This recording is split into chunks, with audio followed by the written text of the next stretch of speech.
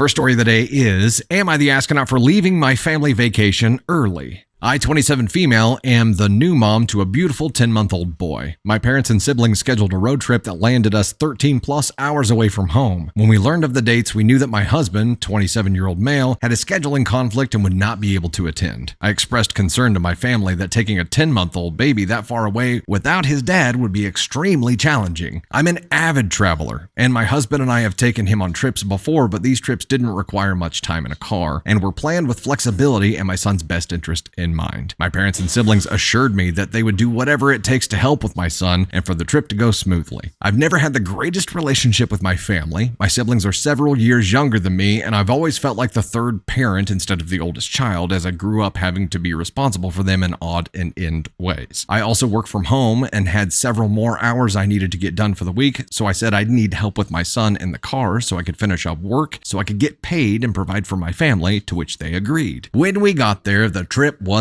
a disaster. My son wasn't doing well with long car rides. My family was blowing everything out of proportion, and they basically all gave up once it got hard, which happened very fast. Not only that, but they were struggling to meet their own needs too. So like always, I was picking up the slack for them while also trying to work and take care of my son without my husband. I finally hit a breaking point. We had taken 2 vehicles, and I asked if I could take one of them with just me and my son so we could go home, and that's what we did. Part of me feels bad. I know my mom especially wanted to just have a good family getaway. They've been helping us some financially, as my son has unfortunately already had a hospital visit in his short lifetime. So I felt obligated to at least give this weekend a try. But everything that could go wrong did, and I felt like leaving was what was best for me and my son. We're only 4 hours away from home now, spent a majority of overnight driving and making progress, and he's behaved and slept so much better already. Am I the astronaut? Question here was, am I the astronaut for leaving my family vacation early? I think everybody who has parenting experience here is like immediately NTA. NTA, you have to prioritize your child first, and especially if you are put into a situation where not only is it more difficult to care for your child, but it's more